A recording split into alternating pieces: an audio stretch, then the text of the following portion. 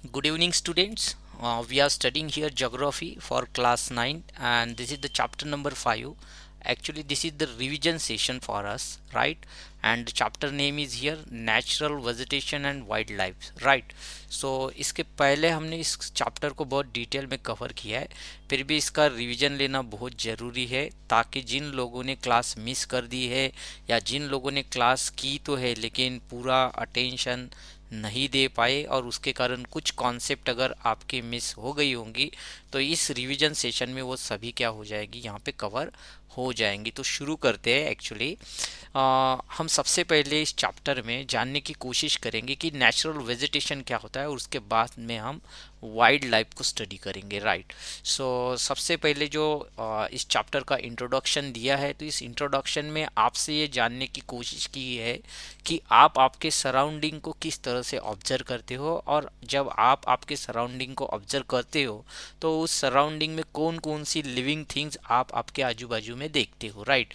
So have you observe the type of trees, bushes, grasses and birds in the field and pass in and around your school. तो आपके school के आजू बाजू में, खेत खलियानों में, आपके गांव में, गांव के आजू बाजू में, टाउन के आजू बाजू में या टाउन के इनसाइड में बहुत सारे डोमेस्टिक एनिमल आपको देखने को मिलते हैं, और अलग अलग टाइप्स के प्लांट्स, बुशेस, ट्रीज, ये सब चीज़ें, ग्रासेस इवन आपको देखने को मिलते हैं। तो ये जो एक टाइप का कलेक्टिव आपको लाइफ फॉर्म देखने को मिलता है, तो इस डिस्टिंक्ट लाइफ फॉर्म को ही एक्चुअली हम क्या बोलते हैं यहाँ पे, बायोडाइवर्सिटी बोलते हैं।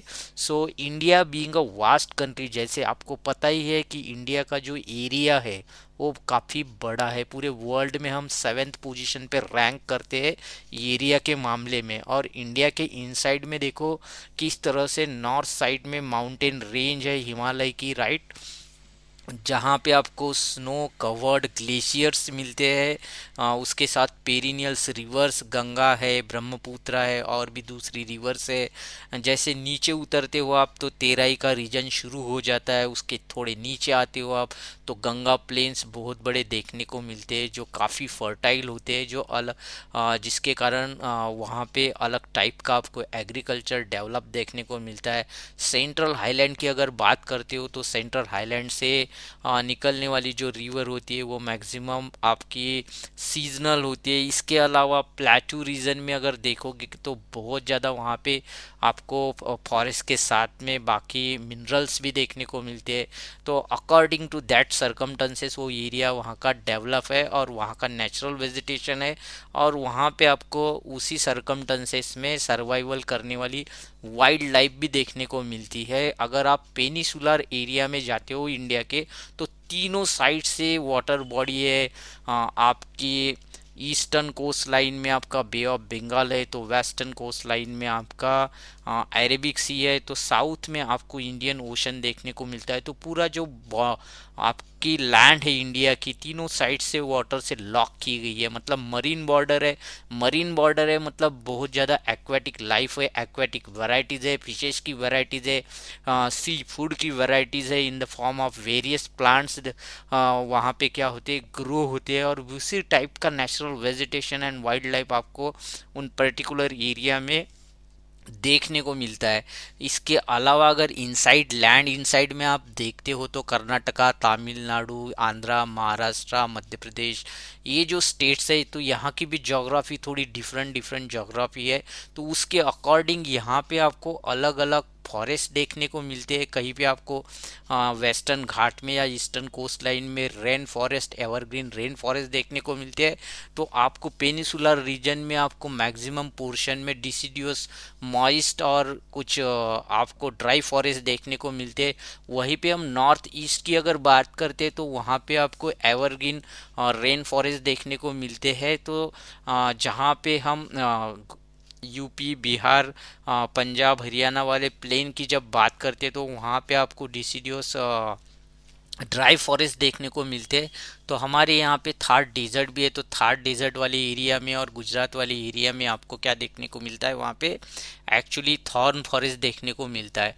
और जो हमारी माउंटेन रेंज है, हिमालय माउंटेन रेंज हो गई या पूर्वांचल हो गया या बाकी अरवली माउंटेन रेंज है, उसके बाद में और वेस्टर्न घाट है, सह्याद्री है, सतपुड़ा है, तो इन जगहों पे आपको मोनोटेन फॉरेस्ट देखने को मिलते हैं जो माउंटेन अल्टीट्यूड के हिसाब से एक्चुअली क्या होते हैं, इनका स्ट्रक्चर्ड होता है। तो वो सब चीज़ें इस चैप्टर में हमने देखी थी।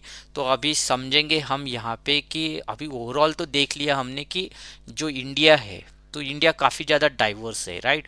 और उसके अलग अलग कारण भी बताया मैंने कि इतना बड़ा इसका एक्सटेंड जो है, जोग्राफिकल एक्सटेंड होने के कारण एक्चुअली यहाँ पे अलग अलग वेरिएशंस देखने को मिलते हैं। और इसीलिए एक नेचुरल वेजिटेशन और वाइल्ड लाइफ की यहाँ पे बहुत ज़्यादा वैरायटीज़ आपको देखने को मिलती है, बहुत ज़्यादा स्पीसीज आपको देखने को मिलती है।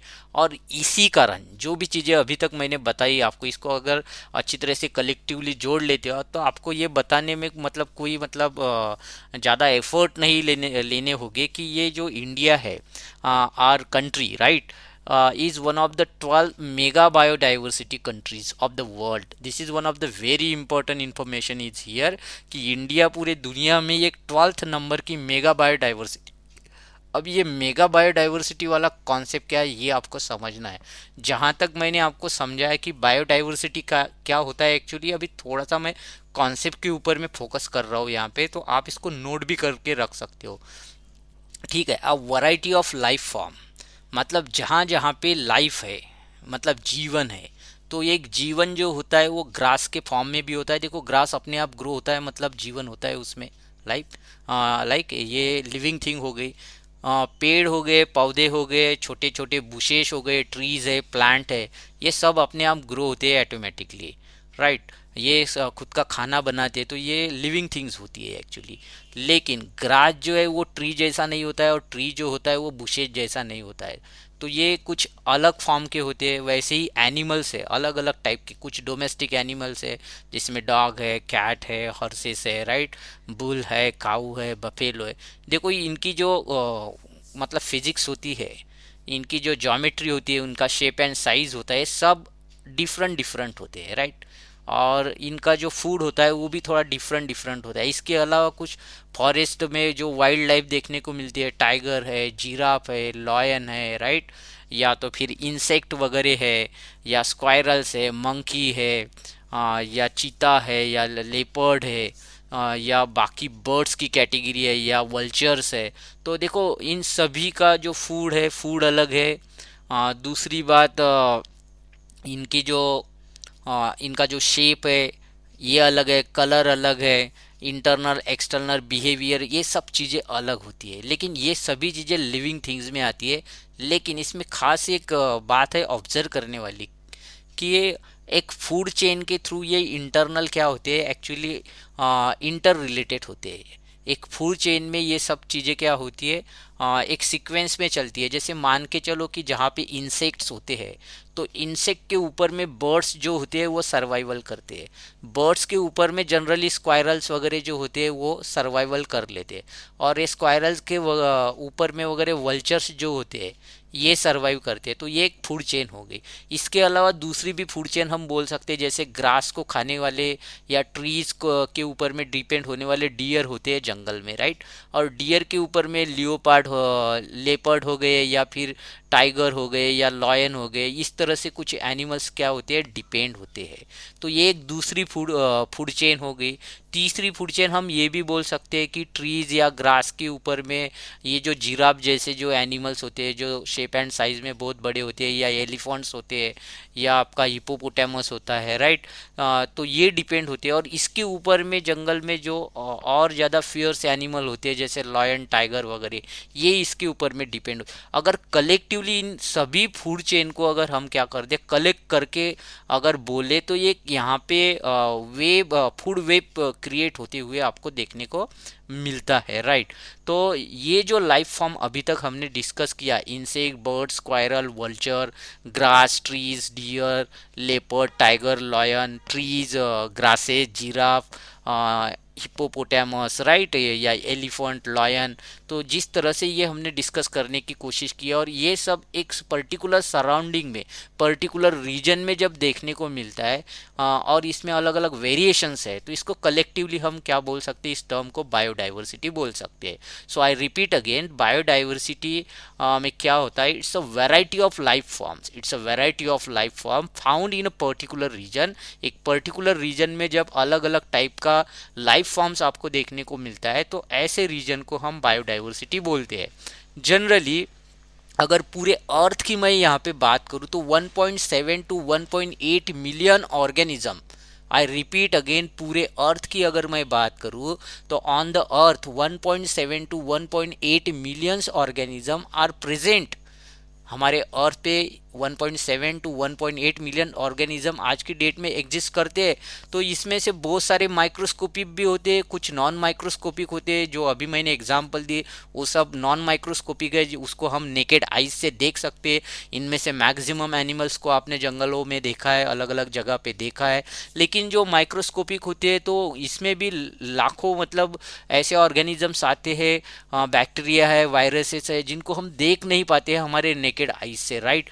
तो ये सब चीज़ें आपको यहाँ पे याद रखना है।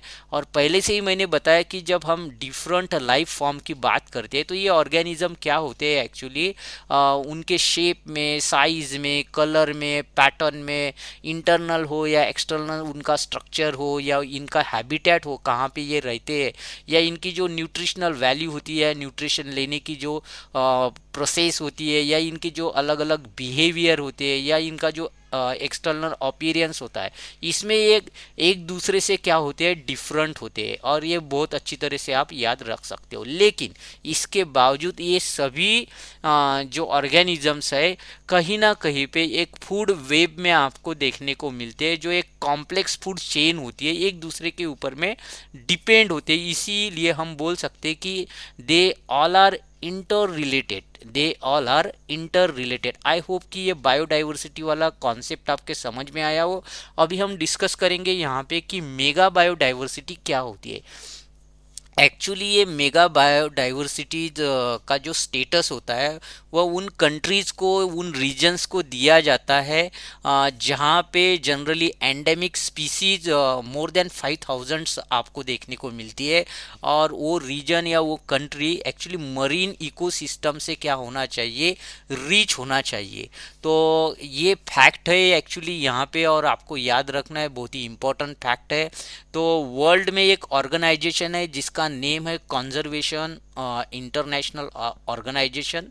Conservation international organisation is the organization which provide the status of mega biodiverse countries to a countries on the basis of endemic species. Endemic species must be more than 5000 in a particular countries, and it must have a marine ecosystem, right। मतलब marine border होनी चाहिए।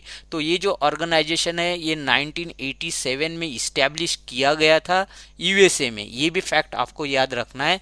तो अभी तक on record दुनिया में there are the 17 mega biodiverse countries, 17 ऐसी mega biodiverse countries है जिसमें हमारे इंडिया का 12th रैंक है, ये भी याद रखना है।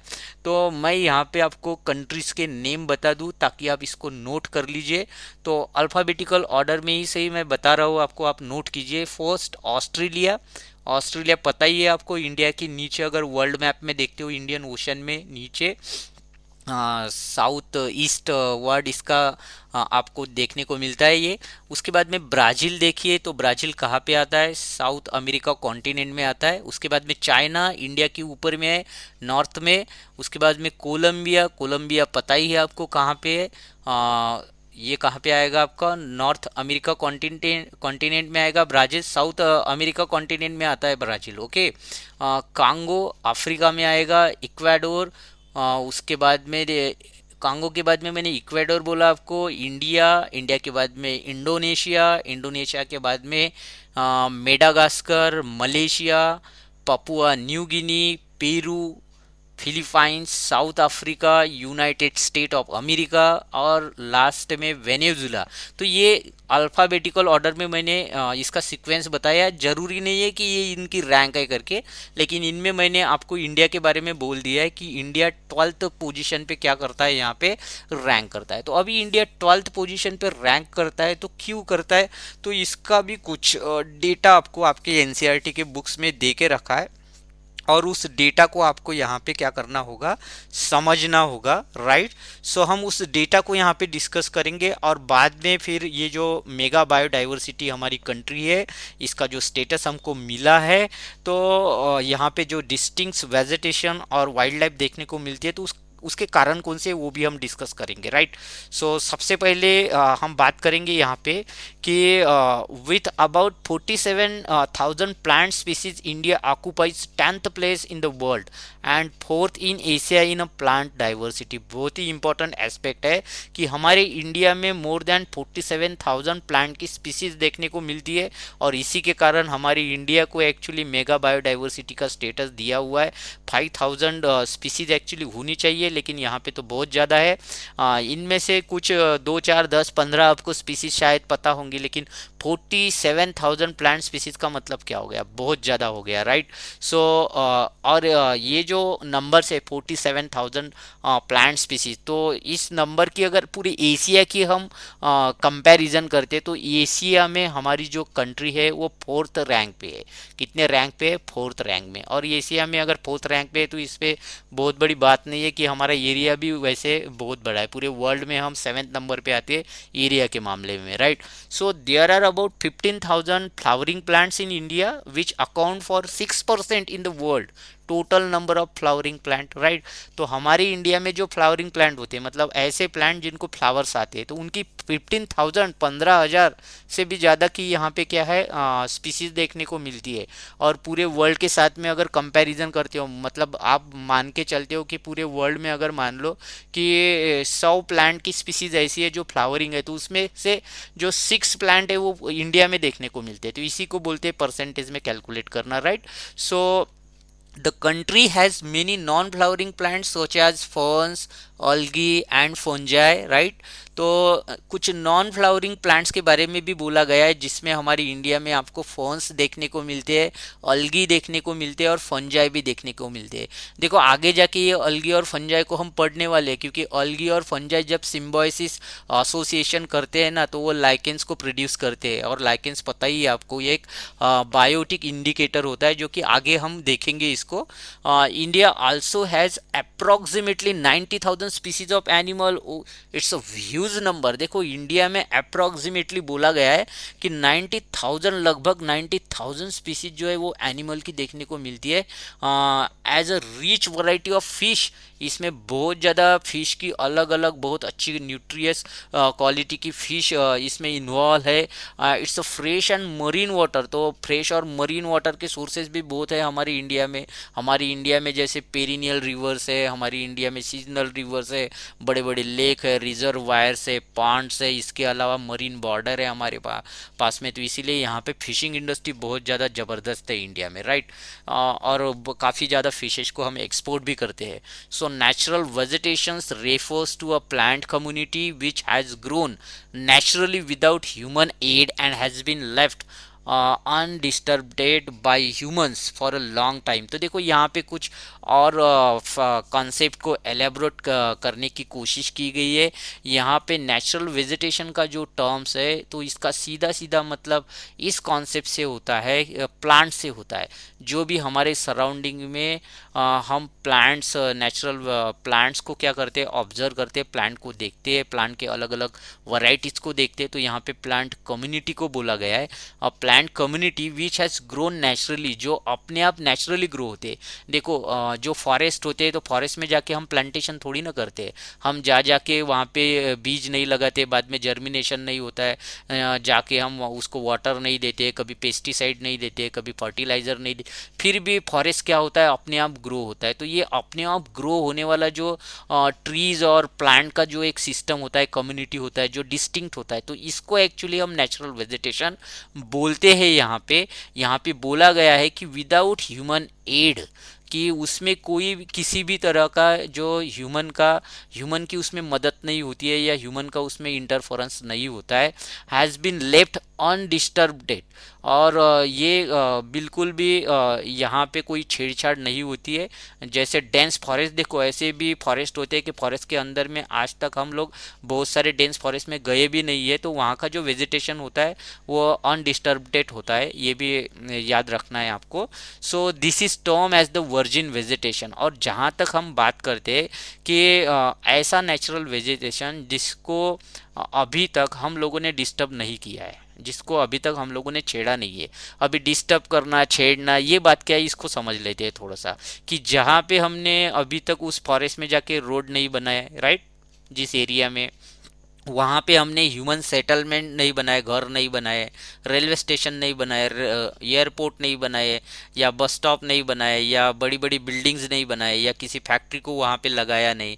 तो इस तरह से कोई भी ह्यूमन एक्टिविटी जब ऐसे एरिया में हम करते नहीं, पेड़ पौधे जो भी ट्रीज है उनको काटते नहीं है हम, या और बाकी दूसरी चीज़ें नहीं करते, रिसर्च वगैरह नहीं करते वहाँ पे जाके, तो वहाँ का जो नेचुरल वेजिटेशन होता है in the sense plant and trees, grass वगैरह, तो वो तो डिस्टर्ब नहीं होगा ना। तो ऐसे अनडिस्टर्ब नेचुरल वेजिटेशन को यहाँ पे वर्जिन वेजिटेशन बोलते हैं। क्या बोलते हैं? Virgin vegetation.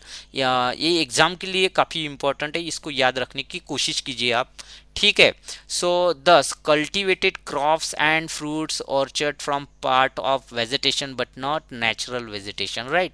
सो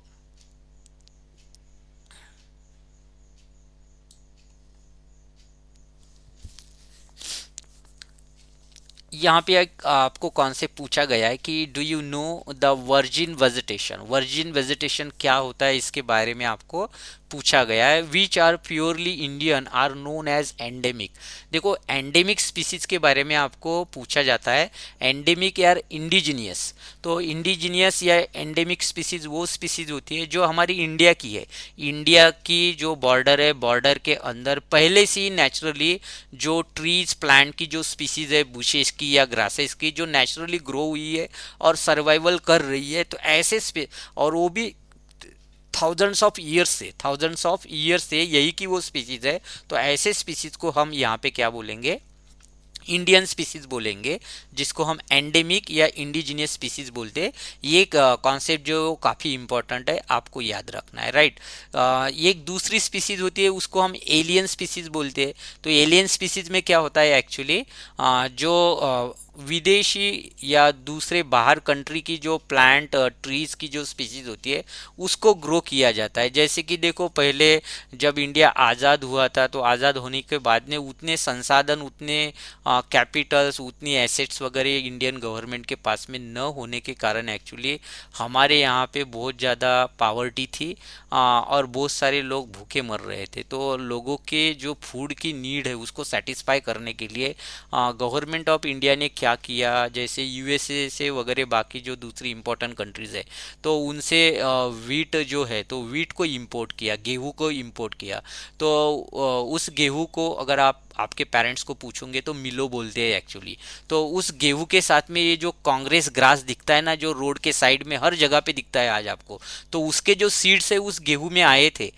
ये जो कांग्रेस ग्रास है वो हमारी इंडिया का ग्रास नहीं है एक्चुअली, उसको हम इंडिजिनियस ग्रास नहीं बोल सकते, इंडिजिनियस स्पीसीज नहीं है वो। तो ये एक बेस्ट एग्जाम्पल हो सकता है, इसको याद रखिए आप, कि ये जो कांग्रेस ग्रास आया है तो वो उस मिलो के साथ में आया था, एक्चुअली उस वीट के साथ में आया था, जिस वीट को भारत सरकार ने क्या किया था, इंपोर्ट किया था हमारे लोगों के फूड की जो नीड है उसको सेटिस्फाई करने के लिए, राइट। तो यहाँ पे आप याद रख सकते हो कि जो भी नेचुरल वेजिटेशन होता है, इसमें टू टाइप्स की स्पीसीज होती है बेसिकली।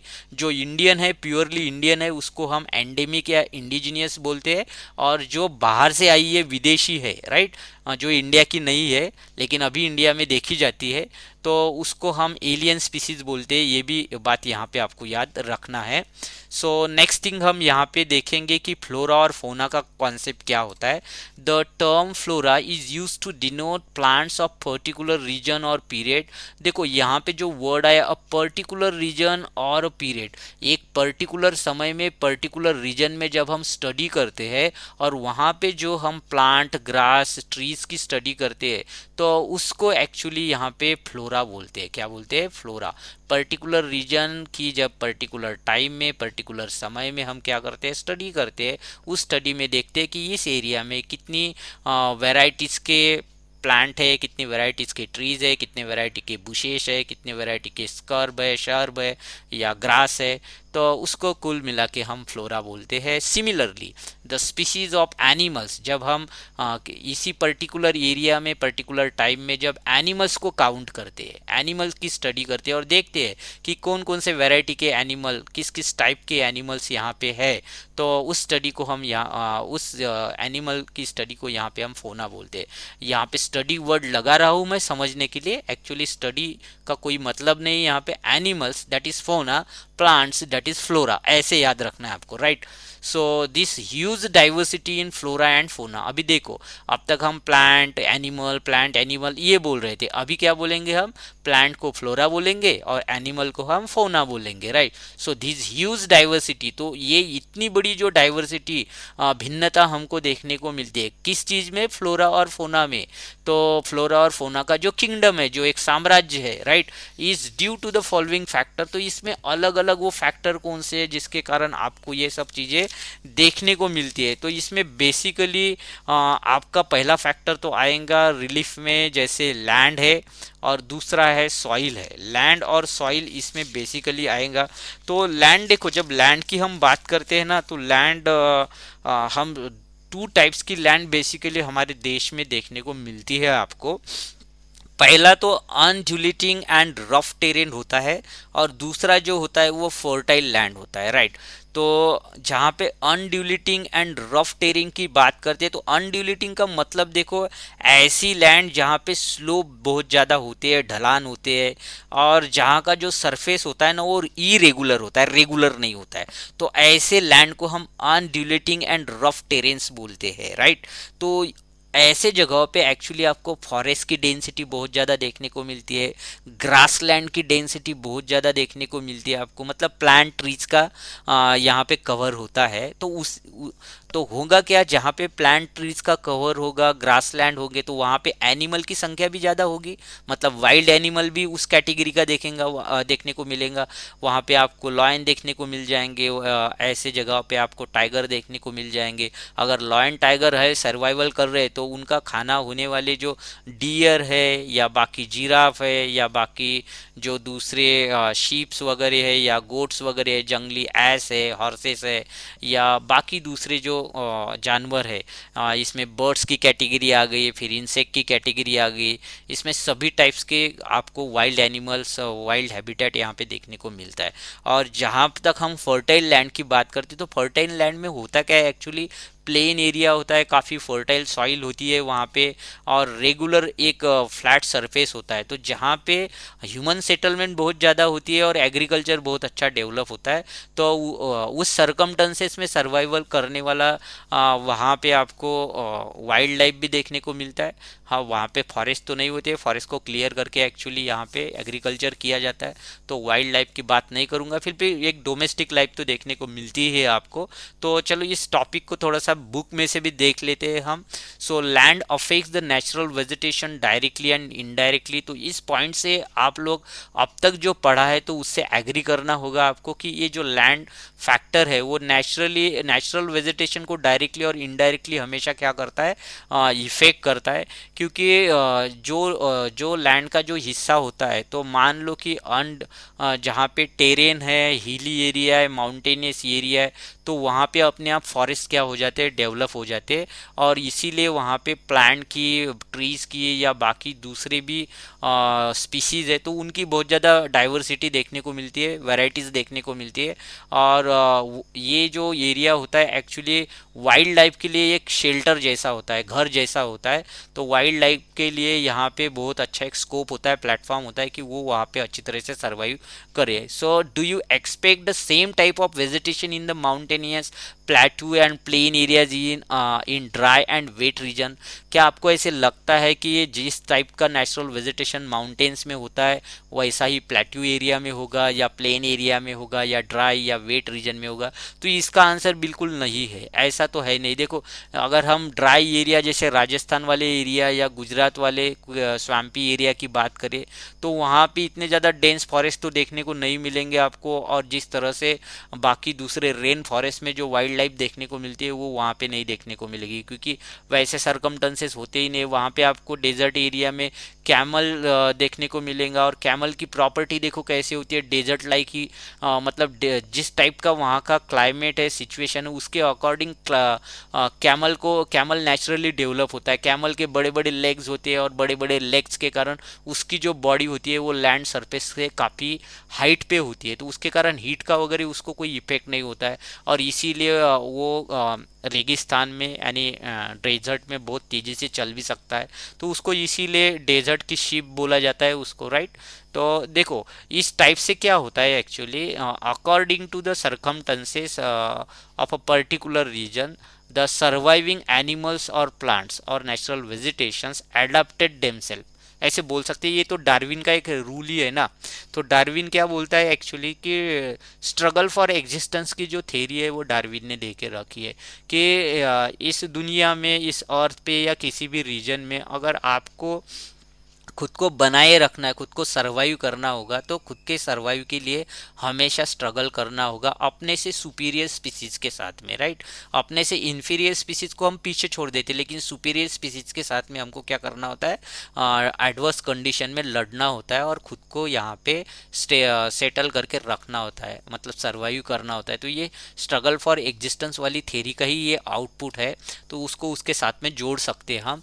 तो इसका साफ मतलब है कि माउंटेनियस एरिया में जैसे एडवर्स कंडीशन होती है, तो वहाँ पे जिस तरह से फॉरेस्ट डेवलप होते हैं, तो वो फॉरेस्ट जो होते हैं उसको डिस्टर्ब नहीं किया जा सकता है, और वहाँ पे बहुत ज़्यादा एडवर्स कंडीशन होने के कारण वहाँ पे ह्यूमन सेटलमेंट आपको देखने को नहीं मिलती है। तो यहाँ पे माउंटेनियस एरिया में आपको ह्यूमन पॉपुलेशन भी नहीं देखने को मिलती है। प्लेटू वाला जो एरिया होता है एक्चुअली, ये एक हाईलैंड्स होते हैं और टेबल लैंड जैसे होते हैं प्लेटू वाला एरिया। तो यहाँ पे आपको बहुत अच्छी पॉपुलेशन देखने को मिलती है, क्योंकि यहाँ पे फॉरेस्ट भी होते हैं, उसके साथ में मिनरल्स भी होते हैं। तो फॉरेस्ट और मिनरल्स के कारण एक्चुअली ह्यूमन डेवलपमेंट बहुत अच्छा होता है। ह्यूमन जो है वो अलग अलग फील्ड में खुद को डेवलप करता है। तो प्लेटू वाले एरिया में, प्लेन वाले रीजन में आपको ह्यूमन सेटल्समेंट देखने को मिलेंगे, और ह्यूमन पॉपुलेशन भी देखने को मिलेंगी।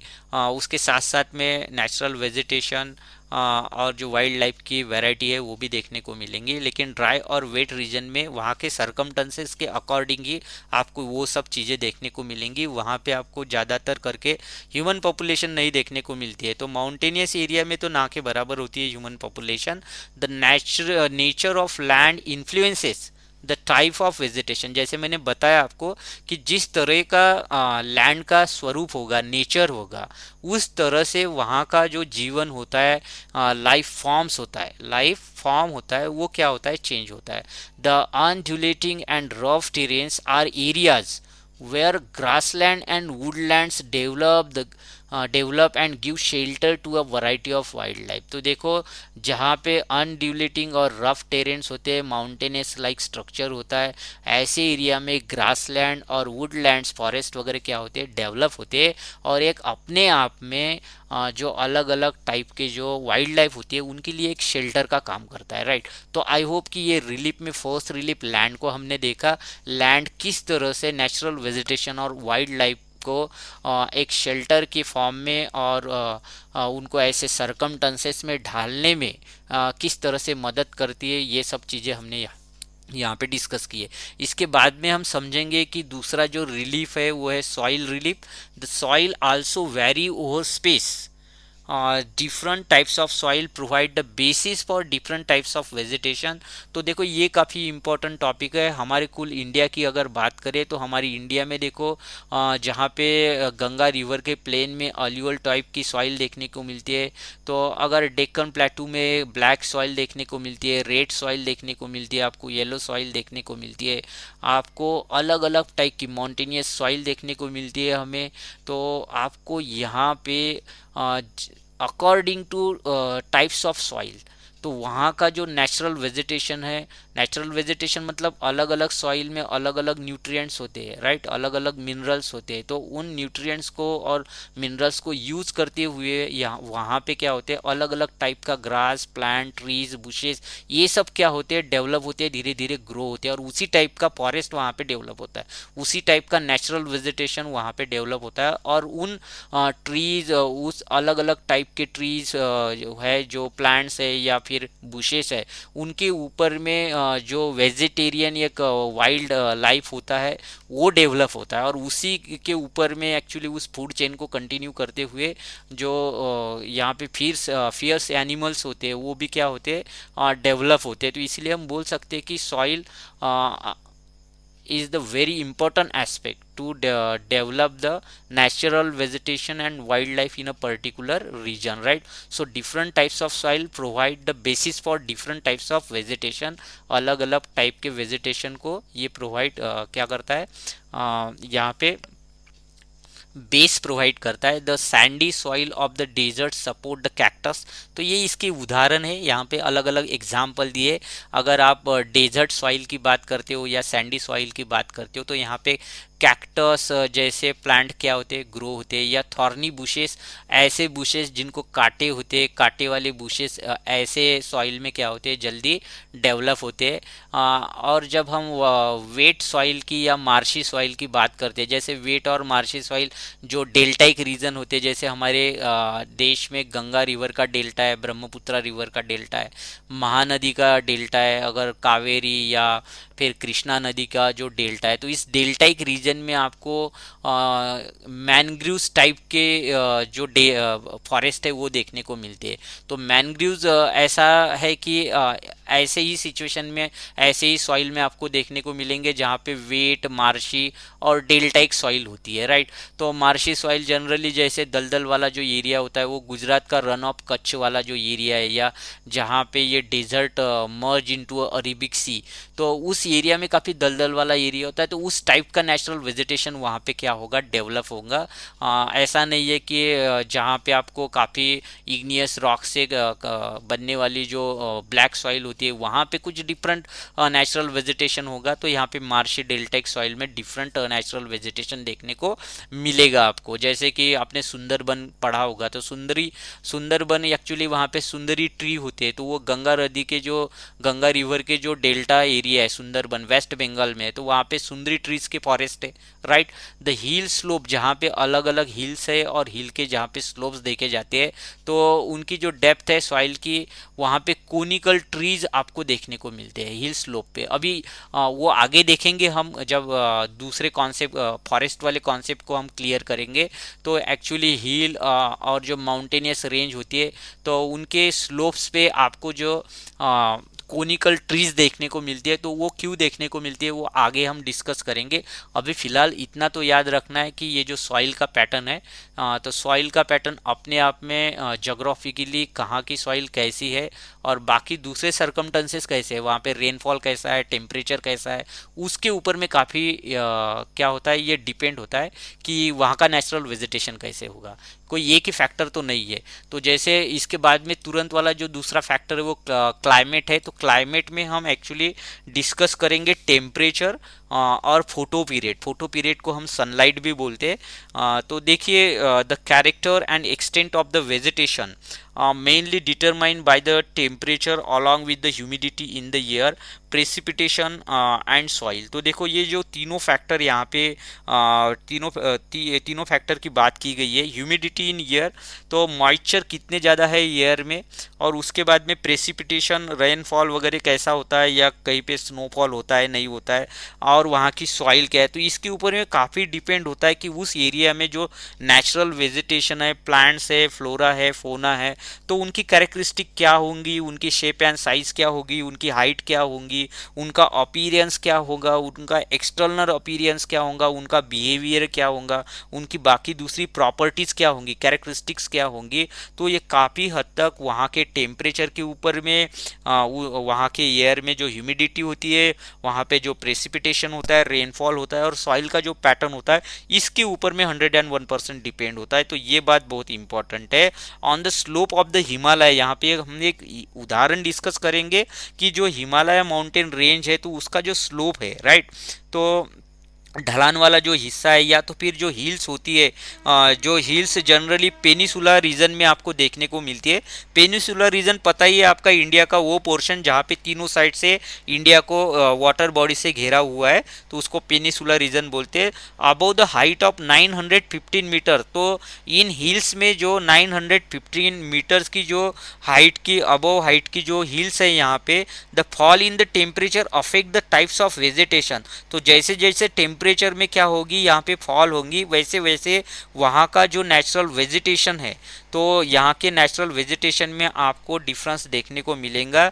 और यहाँ उस नेचुरल वेजिटेशन की जो ग्रोथ है, वो ग्रोथ भी आपको अलग अलग देखने को मिलती है। And changes it from the tropical to subtropical temperate and alpine vegetation. और इसके साथ साथ देखो, टेम्परेचर से रिलेटेड एक ही चीज़ है, जैसे हमने लास्ट चैप्टर में देखा था हमने कि ग्लोब है हमारा, और ग्लोब के ठीक से मिडल में से जो इक्वेटर पास होता है, तो इक्वेटर के नॉर्थ में 23.5 डिग्री जो होता है वो ट्रॉपिक ऑफ कैंसर होता है, और साउथ में 23.5 पे आपका ट्रॉपिक ऑफ कैप्रिकॉन होता है। तो इसमें एक ही बात मैंने आपको याद रखने के लिए बोली थी कि इक्वेटर से नॉर्थ पोल की डायरेक्शन में या साउथ में आप जैसे जैसे आगे बढ़ोगे, तो वैसे वैसे टेम्परेचर क्या होगा, आपका डिक्रीज होगा।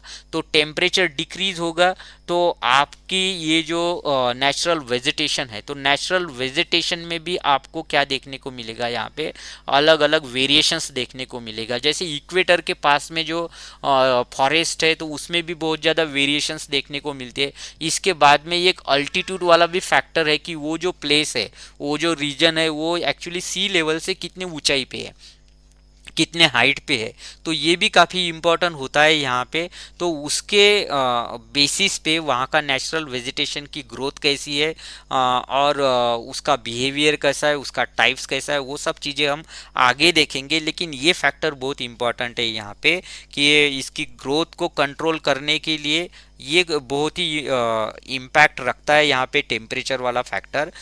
उसके बाद में यहाँ पे कुछ temperature characteristic of the vegetation zones, यहाँ पे कुछ जोन्स की बात की गई है जो एक टेबल के फॉर्म में आपको शो किया गया है।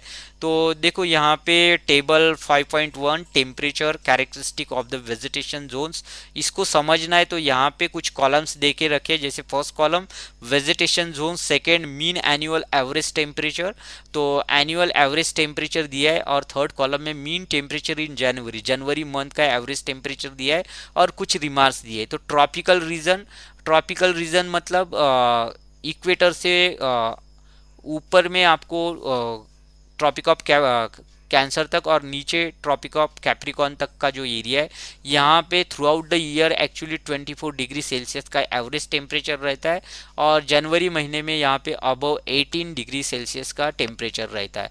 यहाँ पे आपको फ्रोस्ट देखने को नहीं मिलता है। फ्रोस्ट का मतलब एक्चुअली एक्सट्रीम कोल्ड होता है, तो यहाँ पे एक्सट्रीम कोल्ड आपको देखने को नहीं मिलती है। सब ट्रॉपिकल रीजन देखो, तो सब ट्रॉपिकल रीजन का बेल्ट जो होता है, ठीक ट्रॉपिकल रीजन के ऊपर वाला एरिया आता है, ट्रॉपिक ऑफ कैंसर और ट्रॉपिक ऑफ कैप्रिकॉन के ऊपर नीचे वाला हिस्सा, राइट। सो यहाँ पे 17 degree Celsius to 24 degree Celsius throughout the year temperature रहता है।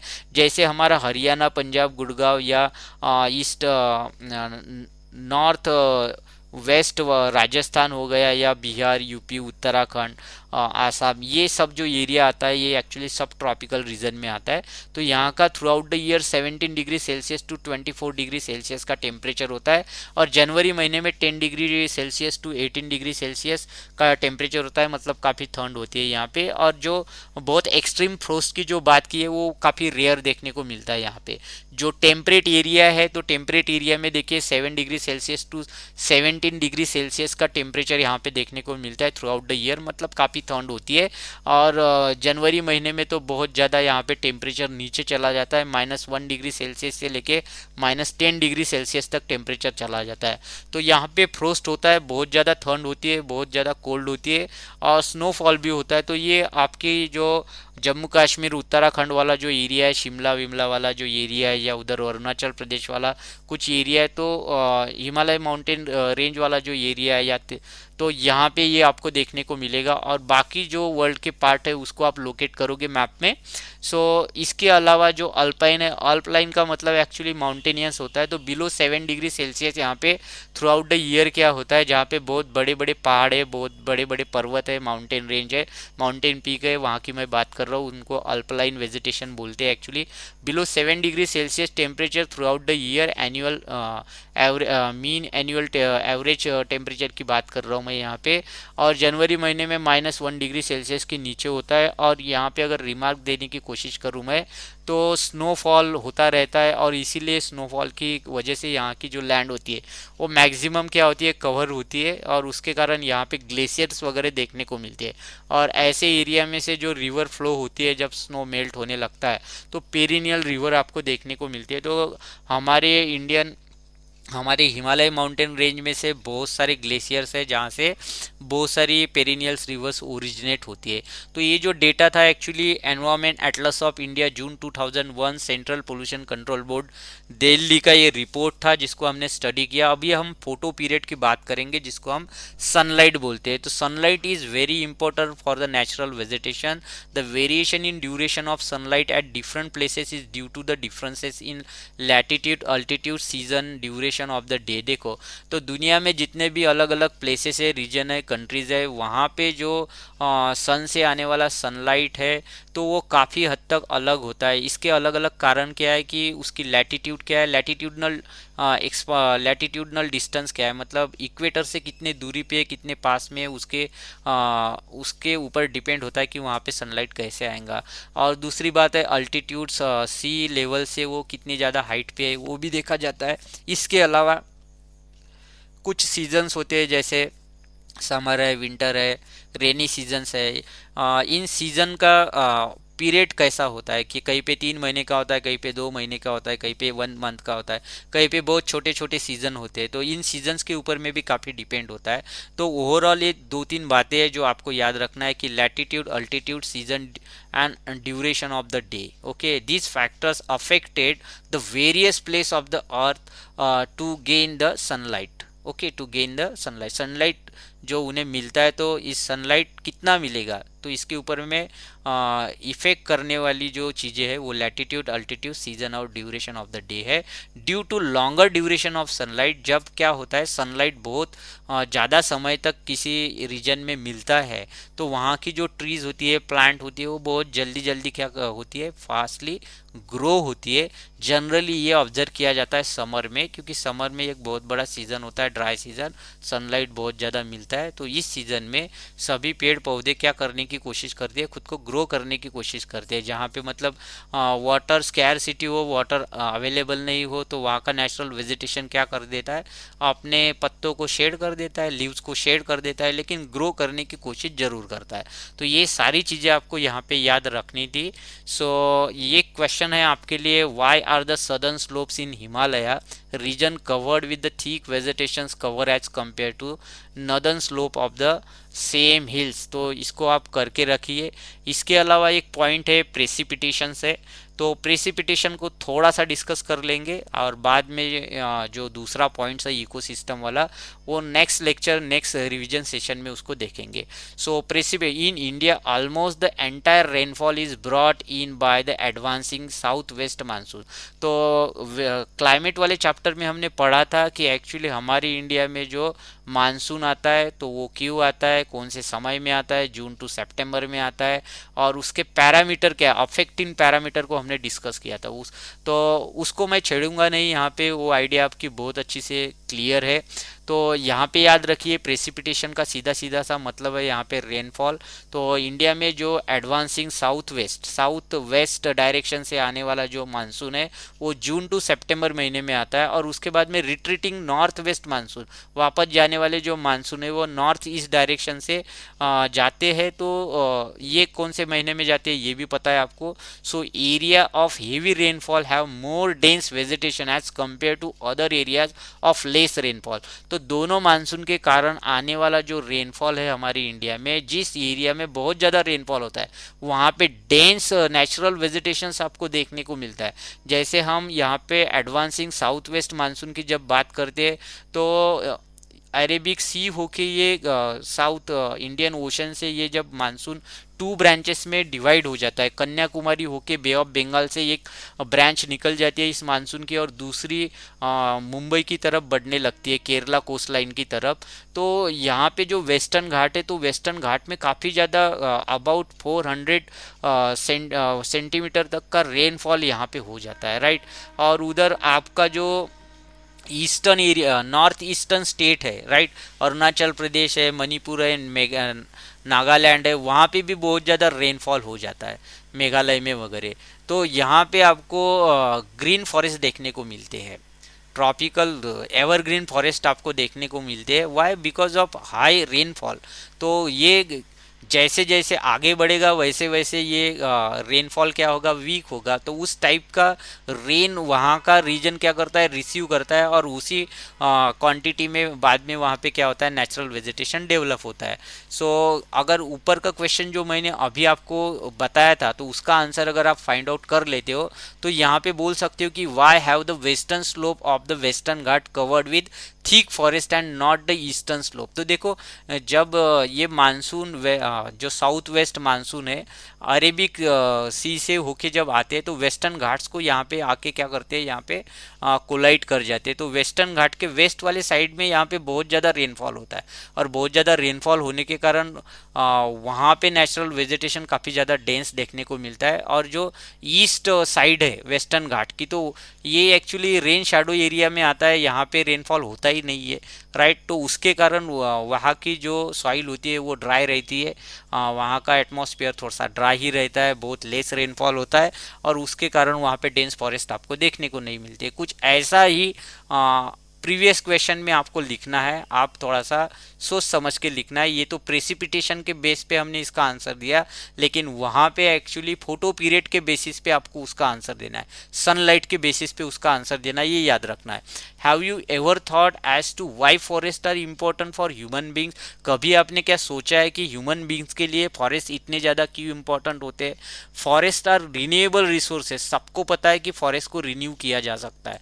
हम ए प्लांटेशन भी तो करते हैं ना, जिस तरह से हम फॉरेस्ट को कट कर रहे हैं हमारे ह्यूमन सेटलमेंट्स के लिए, या हमारी जो नीड्स है, अलग अलग टिम्बर की नीड्स है, बहुत सारी नीड्स है हमारी जो फॉरेस्ट से हम पूरी करते हैं, तो उसके लिए फॉरेस्ट को तोड़ना पड़ता है, कट करना पड़ता है हमको। तो इसका मतलब पूरी तरह से हम फॉरेस्ट के ऊपर में बहुत ज़्यादा डिपेंड है।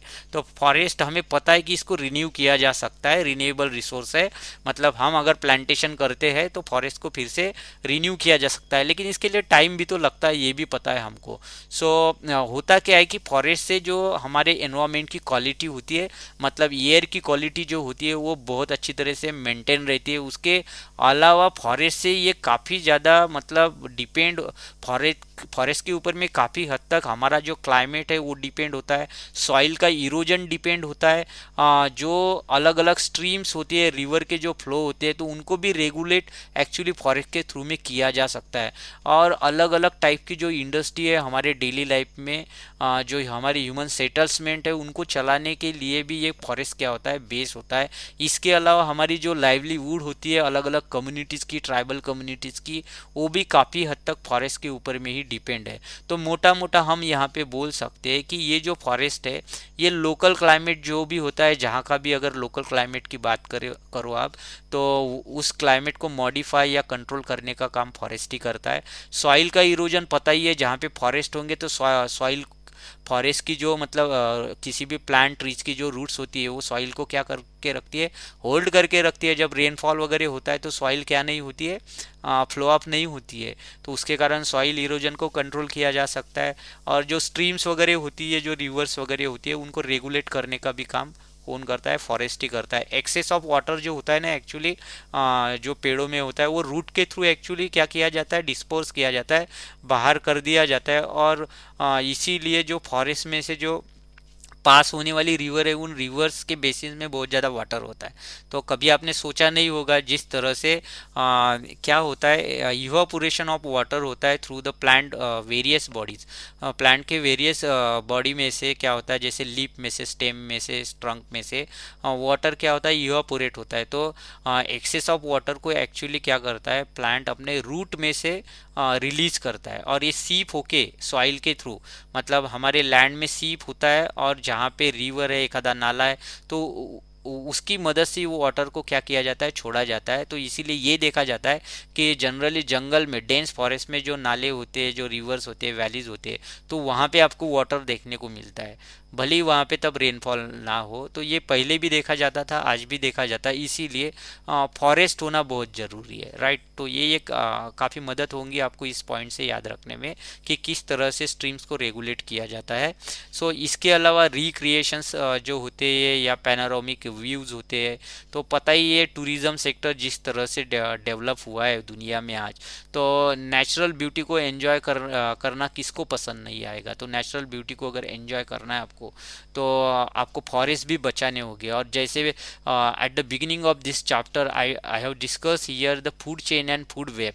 तो फूड चेन और फूड वेब काफ़ी इंपॉर्टेंट, ऐसा नहीं है कि अगर मान लो कि ग्रास प्लांट को खा के यहाँ पे डियर अगर सर्वाइवल कर रहे हैं, और डियर को खा के अगर लेपर्ड्स या लॉयंस या फिर चीता या फिर टाइगर वगैरह सर्वाइवल कर रहे हैं, तो इनमें से अगर टाइगर को मार दे हम सभी को तो अच्छा होगा, ऐसा नहीं है। टाइगर को अगर मार दूंगी कि तो डियर की संख्या क्या हो जाएगी, डियर की नंबर बढ़ जाएगी, तो इम्बैलेंस हो जाएगा हमारा इकोसिस्टम। तो हम किसी भी यहाँ पे एनिमल्स को मतलब मार नहीं सकते हैं।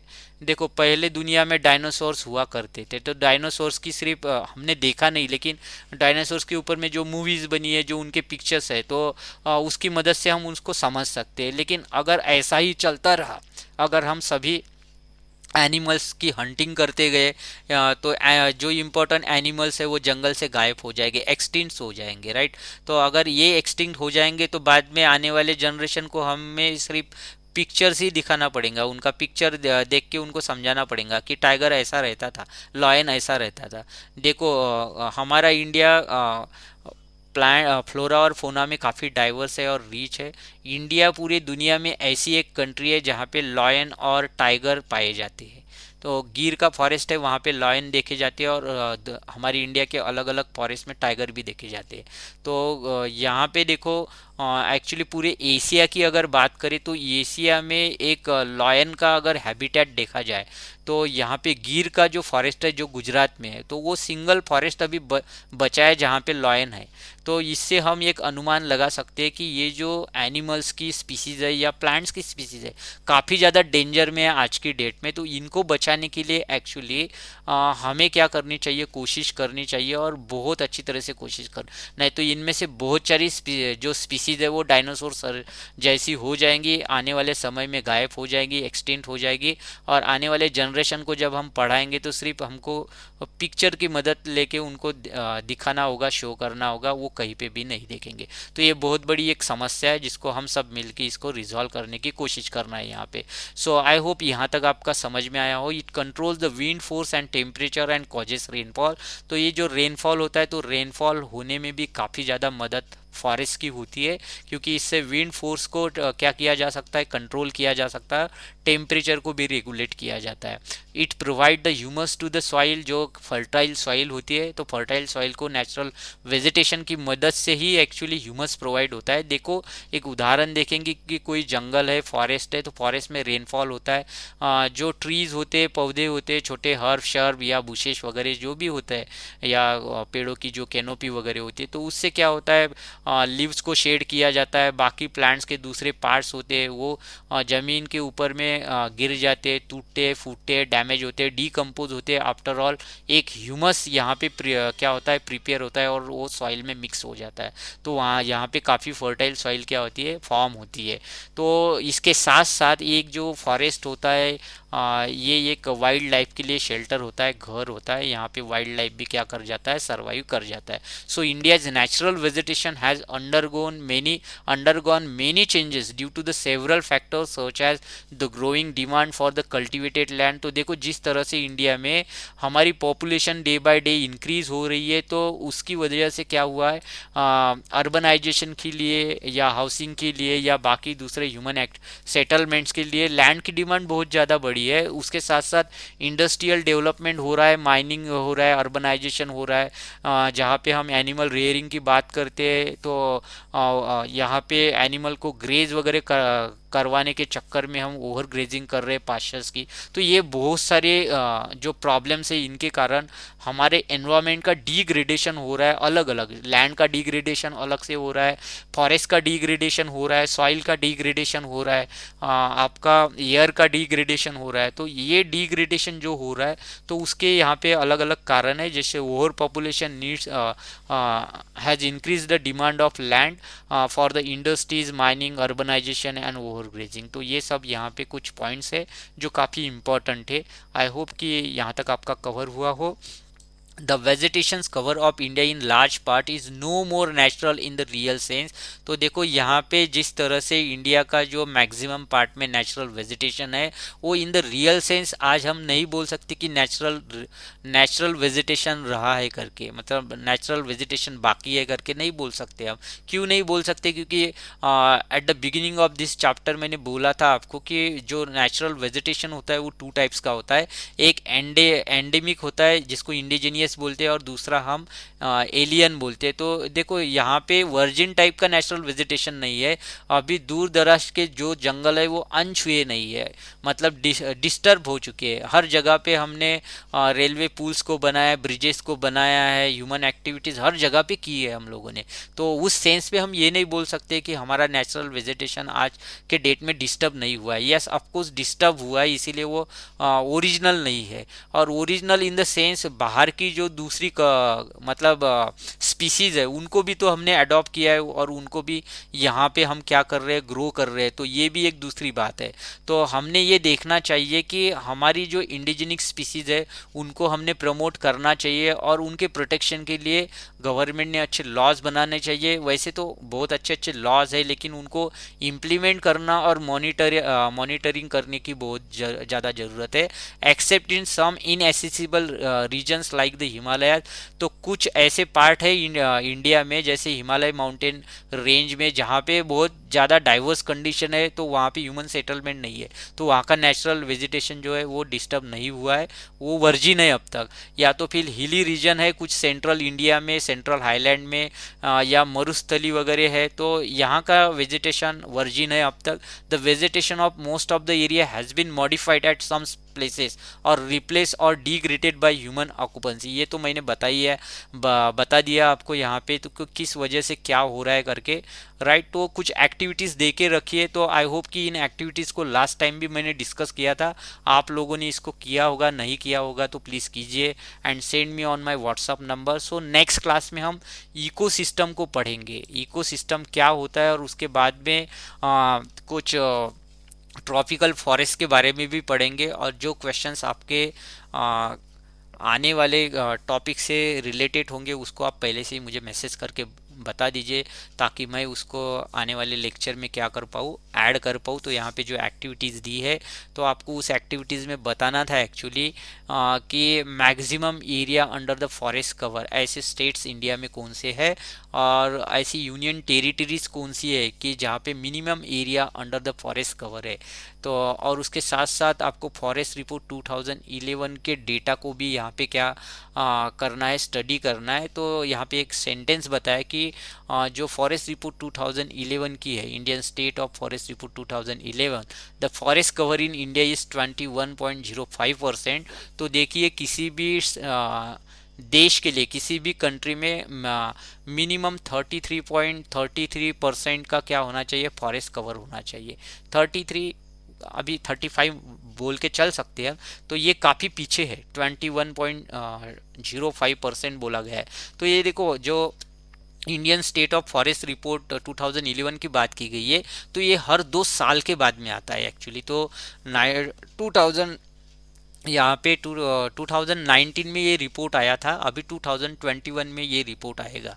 तो 2019 की रिपोर्ट एक्चुअली इसके साथ साथ में पढ़ना होगा आपको, और देखना होगा कि हमारे इंडिया में ट्री कवर कितना है, फॉरेस्ट कवर कितना है, कौन से स्टेट में प्लांटेशन प्रोग्राम के कारण यहाँ पे फॉरेस्ट कवर में या ट्री कवर में ग्रोथ हुई है।